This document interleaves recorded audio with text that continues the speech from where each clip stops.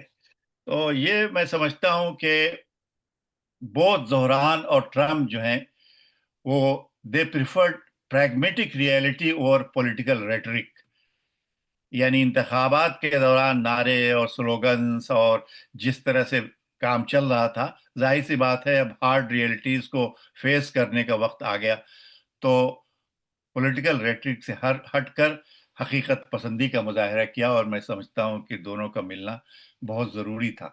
تو بوتھ، جیسا کہ انہوں نے، آپ نے سن لیا ہوگا، اس کی ویڈیو وائرل ہے تمام ان کی تقریروں کی اور ان کی پریس کانفرنس کی، کہ دونوں نے ایگری کیا کہ کچھ ایسے بیسک ڈفرینسز آف اوپینینز ہیں، اس وقت اس میں جانے کی ضرورت نہیں ہے، بلکہ ان چیزوں پہ ہم فوکس کریں جس پہ کہ ہم ایک دوسرے سے کوآپریٹ کر سکتے ہیں۔ اور ظاہر سی بات ہے کہ 40 منٹ جو ان کی بند کمرے میں بات ہوئی، اس کے بارے میں کسی کو معلوم نہیں ہے۔ میں نے ہندوستان سے کچھ ویڈیوز اس طرح کے دیکھے کہ بڑے بڑے لوگ یوٹیوبرز جو ہیں اس پہ قلا بازیاں کھا رہے ہیں، یہ صدر ٹرمپ نے کہا اور یہ کہا، تو انفاؤنڈیڈ اس طرح کی جو افواہیں پھیلانے کا سلسلہ، یہ ڈاؤن سائیڈ ہے، نیگیٹو اثر ہے سوشل میڈیا کا، کہ آپ کے ہاتھ میں ایک ٹیکنالوجی آ گئی ہے اور آپ اس کو مس یوز اور ابیوز کر رہے ہیں۔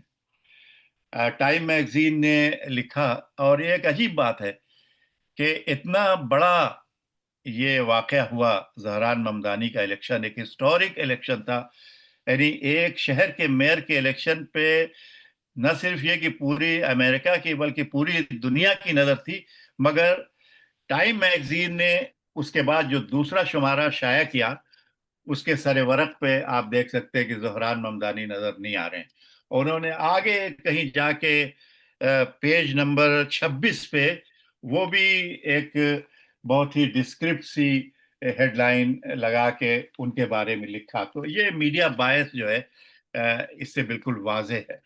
پھر بھی ٹائم میگزین نے بھی اس بات کو لکھا کہ while they both acknowledged deep policy differences, they both stressed that they had found common areas of agreement in areas like public safety and affordability, including goals of building more housing in New York City and addressing crime better. تو ظاہر سے بات ہے کہ اتنے بڑے شہر میں اور اتنے سارے مسائل کو ٹیکل کرنا فیڈرل فنڈنگ کے بغیر یہ پاسبل نہیں ہے۔ فیڈرل فنڈنگ بھی اور اسٹیٹ لیول پر بھی جو اسٹفنس پائی جاتی تھی، جو تلخی پائی جاتی تھی ڈیموکریٹک مشینری میں، اس کو لوزن کرنے کی ضرورت تھی، اور ایک ایسا ماحول پیدا کرنے کی ضرورت تھی جس سے کہ زہران ممدانی کے ڈسپوزل پہ وہ تمام سرمایہ آئے، وہ تمام ریسورسز آئیں جس سے کہ ان مسائل کو حل کر سکتے ہیں جن کا حل کرنے کا اعلان کیا ہے۔ اور ٹرمپ جو ہیں وہ بالکل ایک بادشاہ مزاج آدمی ہیں، بادشاہ کا مطلب تنک مزاج۔ ان کی تنک مزاجی کا مظاہرہ ابھی کل آیا کہ انہوں نے یوکرین کے صدر کو بھیجا کہ بھئی بہت ہو گئی، یہ پیس پلان ہے اور اس کو دستخط کر کے واپس کرو، اور تاکہ یہ رشیا کے ساتھ معاملہ ختم ہو، چونکہ ایک بہت ہی یعنی دیرینہ خواہش ٹرمپ صاحب کی یہ بھی ہے کہ کسی طرح سے ان کو نوبل کا پیس پرائز مل جائے۔ تو غازہ میں جو کچھ ہوا اس کا وہ صحرا اپنے سر باندھتے ہیں، پاکستان اور ہندوستان کے درمیان جو کچھ ہوا اس کا صحرا اپنے سر پہ باندھتے ہیں۔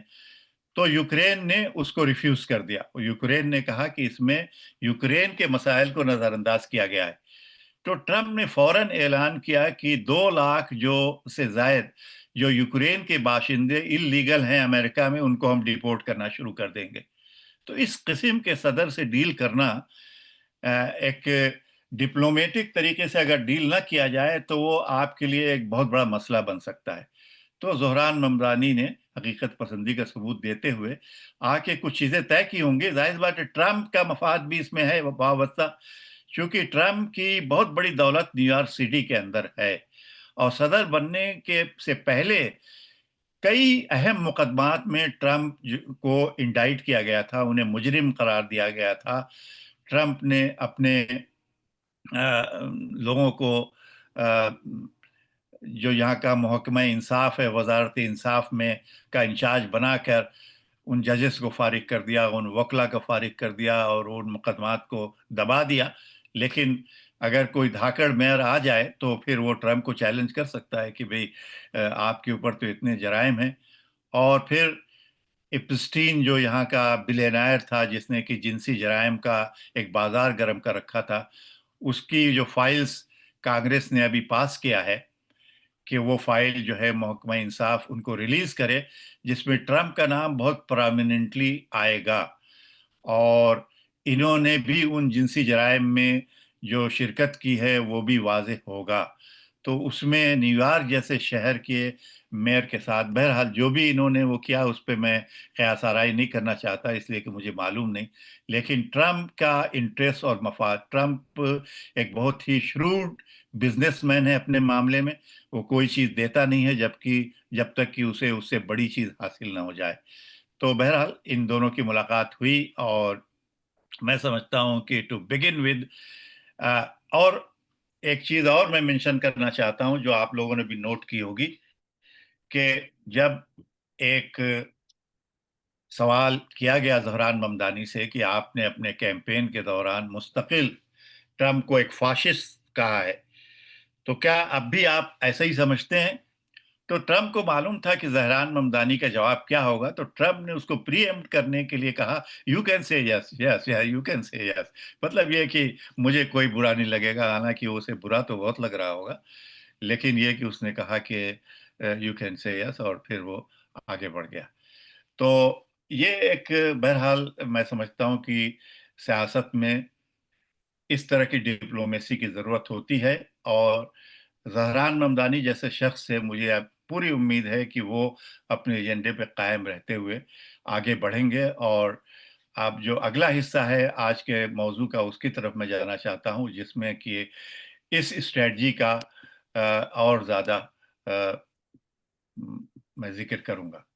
یہ میں ایک اور آپ کو وہ دکھانا چاہتا ہوں تھوڑا سا اطلاعات کے لیے، کہ امریکہ میں نومبر کا جو پہلا ٹیوزڈے ہوتا ہے وہ الیکشن ڈے کہلاتا ہے، اور ہر چوتھے سال اسی دن پریزیڈنشل الیکشن اور کانگریشنل الیکشن ہوتا ہے. سینٹ کی 1/3 سیٹ کا الیکشن ہوتا ہے. کانگریس میں یہاں کی جس کو ہمارے وہاں لوک سبھا کہتے ہیں 435 سیٹیں ہیں، سینٹ کی 100 ہیں. تو ہر 2 سال کے بعد پھر اسی ٹیوزڈے کو مڈ ٹرم الیکشن ہوتا ہے، جس میں پھر سے پوری کانگریس کا الیکشن ہوتا ہے اور 1/3 آف دی سینٹ سیٹ کا الیکشن ہوتا ہے. تو اس لحاظ سے 2025 ایک نان الیکشن ایئر تھا. تو نان الیکشن ایئر میں بھی ٹیوزڈے کے یعنی فرسٹ ٹیوزڈے آف نومبر کو الیکشن ہوتا ہے، اور جتنی بھی سیٹیں خالی ہوتی ہیں، جیسے کہ نیو یارک سے شہر کے میئر کی سیٹ تھی، ورجینیا اسٹیٹ کی جو لیفٹیننٹ گورنر اور گورنر کی سیٹ تھی، نیو جرسی کی گورنر اور لیفٹیننٹ گورنر کی سیٹ تھی، اور مختلف پورے ملک میں. اچھا، اس دن چھوٹے سے بڑا سارا الیکشن ایک ہی دن ہوتا ہے، یعنی سٹی ہال کے سٹی کلرک سے لے کے ججز کا الیکشن سب ایک ساتھ ہوتا ہے. تو یہ مڈ ٹرم الیکشن سے پہلے کا سال جو ہوتا ہے اور مڈ ٹرم کے الیکشن کے بعد کا سال، اس کو نان الیکشن ایئر کہتے ہیں.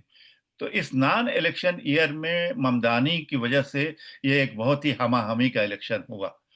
میں صرف یہ بتانا چاہتا ہوں کہ اس وقت ڈیموکریٹس کی ہوا تھی اور ٹرمپ سے لوگ نالا ہیں، تو اس کا اظہار انہوں نے بیلٹ باکس پہ کیا اور ڈیموکریٹس کو خاصی کامیابی ملی.